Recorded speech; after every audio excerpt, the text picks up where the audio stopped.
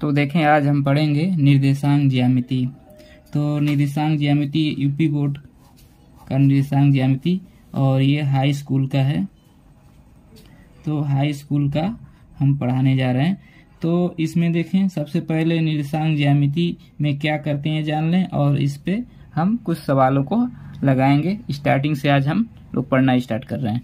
तो देखें निर्देशांक ज्यामिति होता क्या है कि किसी भी समतल में किसी बिंदु की स्थिति निर्धारित करते हैं। जैसे मान लीजिए बिंदु है तो इसकी स्थिति निर्धारित हमें करना है। तो इसके लिए हम जो है दो समकोणिक लाइन खींचते हैं जो परस्पर एक दूसरे को समकोण पे काटती हैं।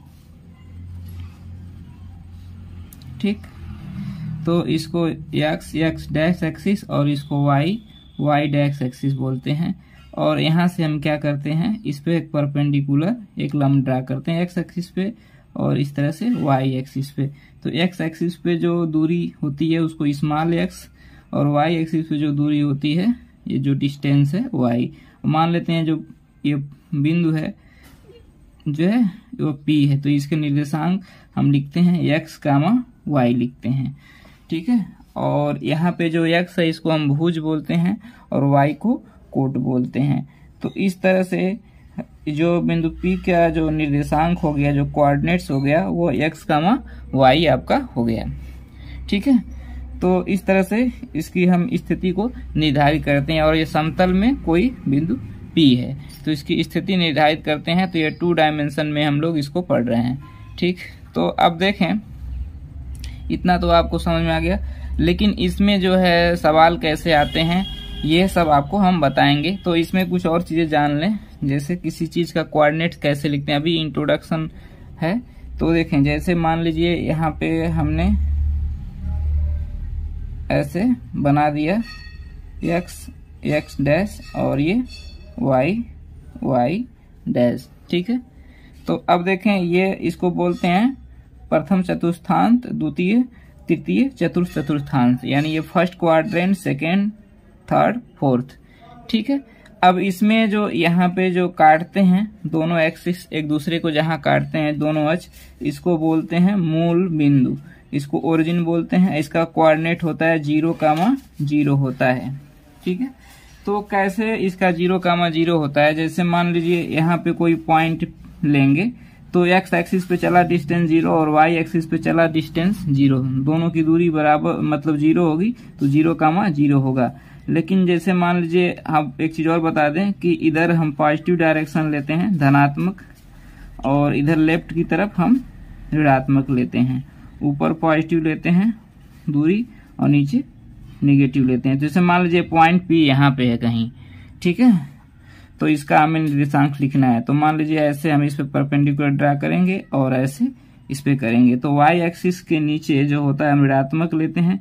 तो मान लेते हैं इस पे चला डिस्टेंस क्या है, -b है मान लिया, और x एक्सिस पे है ये, तो ये x एक्सिस पे देखिए लेफ्ट है, तो लेफ्ट पे है तो इधर भी नेगेटिव है, तो इस पे मान लेते हैं डिस्टेंस -a, माइनस है a है, तो इसका कोऑर्डिनेट क्या होगा, -a, -b होगा। ठीक है, तो इससे अगर दोनों जो है किसी बिंदु का कोऑर्डिनेट हम निर्धारित करते हैं, निर्देशांक निर्धारित करते हैं, उसमें जो है x एक्सिस पे और y एक्सिस पे चला गया डिस्टेंस दोनों जो है ऋणात्मक है, तो देखिए पहला, दूसरा, तीसरा वो तृतीय चतुर्थांश में होगा। अब मान लीजिए यहाँ पे कोई जो है ना पॉइंट Q है, कोई बिंदु की है, तो इसका निर्देशांक हमें दिखाना है। तो जैसे देखें यहाँ पे से परपेंडिकुलर ड्रा करें और यहाँ पे से डिस्टेंस मान लेते हैं b ही है। ठीक है, और यहाँ से ऐसे करें और यहाँ पे क्या होगा उतना ही डिस्टेंस हम मान लेते हैं a प्लस a। तो पहले हम x की वैल्यू रखते हैं, मतलब x एक्सिस पे चला गया डिस्टेंस रखते हैं, तो ये प्लस a, और y एक्सिस पे चला गया डिस्टेंस -b। तो चतुर्थांश में जब होगा तो जो होगा x एक्सिस पे चली गई दूरी जो होगी पॉजिटिव होगी और y एक्सिस पे चली गई दूरी आपकी निगेटिव होगी। तो ऐसे हम पता कर लेंगे कि किस चतुर्थांश में है। अब हम आते हैं अपने मेन टॉपिक पे जो एग्जाम में आता है। तो आइए अब बात करते हैं दो दिए हुए बिंदुओं के बीच की दूरी ज्ञात करना।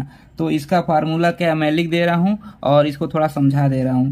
तो देखें जैसे दो बिंदुओं के बीच की दूरी पहले समझ लें, जैसे एक पॉइंट P है और एक पॉइंट Q है, तो इनके बीच की दूरी यही PQ होगी। तो यह कितना होगी, तो मान लेते हैं जो p के जो कोऑर्डिनेट है निर्देशांक हैं x, y हैं या x1, y1 मान लेंगे। क्यों मान लेंगे? क्योंकि दो पॉइंट हैं, तो इसका मान लेंगे x2, y2। ठीक है, तो मान लेते हैं कि दो पॉइंट हैं p और q, तो p के जो कोऑर्डिनेट्स हैं निर्देशांक हैं x1, y1 और q के जो है x2, y2। तो इनकी बीच की दूरी का जो फार्मूला होता है मान लेते हैं वो d है। d इक्वल टू हम ये pq लिख सकते हैं। ये होता है under root x2 minus x1 का whole square plus y2 minus y1 का होल स्क्वायर। यहाँ पे हम प्रूफ नहीं बता रहे हैं, अगर आप लोग कहेंगे तो प्रूफ बता देंगे, बोर्ड में प्रूफ नहीं आता है। तो अब इस बेस पे हम लोग सवाल लगाएंगे। तो आइए अब सवाल लगाते हैं। तो देखें यहाँ पर एक सवाल है और बुक का है, मनोहरे की बुक का है, मैं आपको दिखा दे रहा हूँ। तो देखिए ये जो है डॉक्टर मनोहरे की बुक है।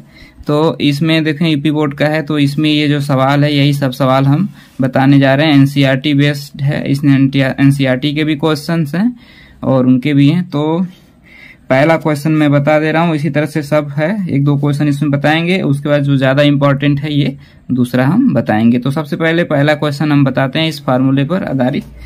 तो देखें यहाँ पे क्वेश्चन लिखा हुआ है, तो इन दोनों बिंदुओं के बीच की हमें दूरी ज्ञात करनी है। तो मान लेते हैं सॉल्व यहाँ करते हैं, सोल्यूशन लिखते हैं। ठीक, सोल्यूशन यहाँ पे लिखते हैं। तो मान लेते हैं ये पॉइंट P को निरूपित करता है, तो 4,3 है ये, और मान लेते हैं ये पॉइंट Q है, तो ये 2,5 है। तो इनके बीच का जो ये डिस्टेंस है यही PQ हमें मान लेते हैं D है, यही निकालना है। तो D इक्वल टू अभी फार्मूले में ये देखे हैं, तो इसको आप मान लीजिए x1, इसको x1 मान लीजिए, इसको y1 और इसको x2 और इसको y2 ऐसे मान लीजिए। आप पेंसिल पे उस पर लिख दीजिए, अगर याद है तो और अच्छी बात है।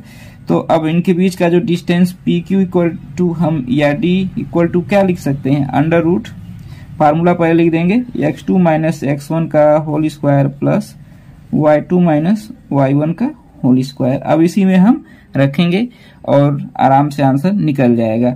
तो देखें सबसे पहले x2 रखना, इधर वाला x2 कितना है 2, अब माइनस x1 कितना है 4, यहाँ पे 4 रख दिया, इसका स्क्वायर हो गया, प्लस y2 कितना है, तो y2 आपका है 5, y3 कितना है 3 माइनस 3, इसका हो गया। अब इसको हम अंदर स्क्वायर नहीं करेंगे, पहले घटा लेंगे। तो देखें जब इसको हम घटा रहे हैं तो देखें, तो 2 में 4 गया माइनस 2 का स्क्वायर हो गया, और यहाँ पे 5 में 3 गया 2, तो ये 2 का स्क्वायर हो गया। ठीक है, अब इस तरह से देखें, ये स्क्वायर होगा तो 4 होगा, और यहाँ पे स्क्वायर होगा तो ये भी 4 होगा। ठीक है, तो 4 4 क्या होगा 8। अब इसको हम फैक्टराइज करेंगे तो ऐसे लिख सकते हैं 2 इंटू 2 इंटू 2, 2 दूना 4 दूना 8, तो इसका पेयर बन जाएगा। तो ये पेयर से एक बार निकल जाएगा, ये 2√2 आ जाएगा। तो इनके बीच की दूरी जो होगी आपकी 2√2 होगी। तो इस तरह से जो है आप निकाल लेंगे। तो इस तरह से जो पॉइंट दिए हैं उसको आप निकाल लेंगे इसी फार्मूले में रख करके। अब जो इम्पोर्टेंट क्वेश्चन है वो मैं बता रहा हूँ।